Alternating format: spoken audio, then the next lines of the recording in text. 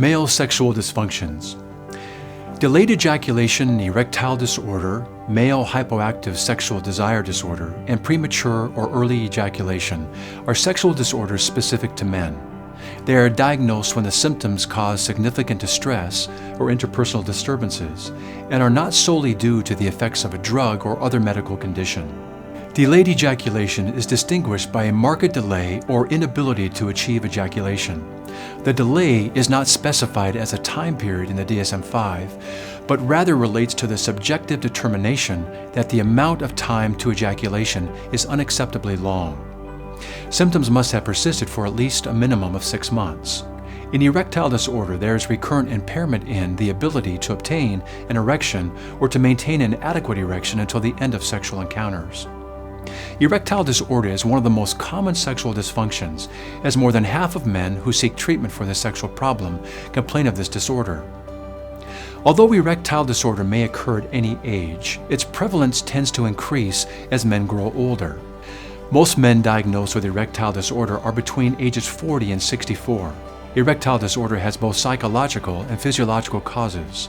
A purely physiological etiology can be ruled out if the individual experiences nocturnal erections. Psychological factors associated with erectile disorder include sexual anxiety, fear of failure, worries about sexual performance, and a decreased sense of sexual pleasure. Physiological factors associated with the disorder include diabetes, hypertension, high cholesterol, atherosclerosis, multiple sclerosis, Parkinson's disease, liver disease, kidney disease, and the use of some antidepressant or antipsychotic drugs. Methods for treating erectile disorder include sensate focus, lifestyle changes, for example, limiting the use of alcohol, tobacco, or other drugs, and medications such as Viagra, Levitra, or Cialis. Medications provide therapeutic effect by increasing blood flow to the penis. Male hypoactive sexual desire disorder is characterized by a lack of desire for sex and deficient absence erotic thoughts or fantasies over a 6-month duration. The clinician must be careful to distinguish between a desire discrepancy between a partner and this disorder. The clinician must be careful to distinguish between a desire discrepancy between partners and this disorder. A man who has lower sexual desire for his partner would not qualify for this disorder if he or she has other erotic fantasies. In premature or early ejaculation, orgasm and ejaculation occur during partnered sexual activity within a very short period of time or before he wishes it to occur. Premature ejaculation is most frequently found in younger men and may be more common in sexual encounters with new, as opposed to long-standing partners. Typically, men with this disorder have a greater ability in delaying orgasm while masturbating, but not during sexual activity with a partner. Psychological factors associated with premature ejaculation include sexual anxiety, depression, a sense of guilt related to sex, and a history of feeling the need to rush through sexual activity in order to avoid being caught. Premature ejaculation is one of the most treatable sexual dysfunctions. Masters and Johnson reported a 98% success rate in their treatment of premature ejaculation. The most common treatment is the squeeze technique, also referred to as the stop and start. In this technique, the man is aroused until ejaculation is imminent.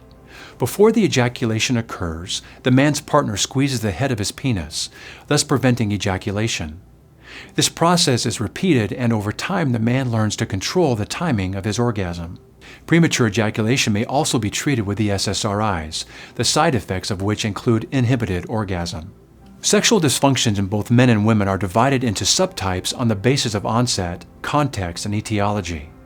Sexual dysfunctions that have been present since the onset of sexual functioning are classified as lifelong, whereas those that are appearing after a period of normal functioning are classified as acquired type. Sexual dysfunctions that appear in a variety of contexts are classified as generalized type, whereas those that are limited to specific forms of stimulation, situations, or partners are classified as situational types. Severity of disorder is also specified as mild, moderate, or severe. Well, let's practice with a question from male sexual dysfunction. Diabetes, kidney disease, and multiple sclerosis are conditions associated with answer A, dyspareunia, answer B, premature ejaculation, answer C, erectile disorder, or answer D, male orgasmic disorder. The correct answer is answer C, as male erectile disorder, but not other male sexual disorders, is associated with a number of disease conditions.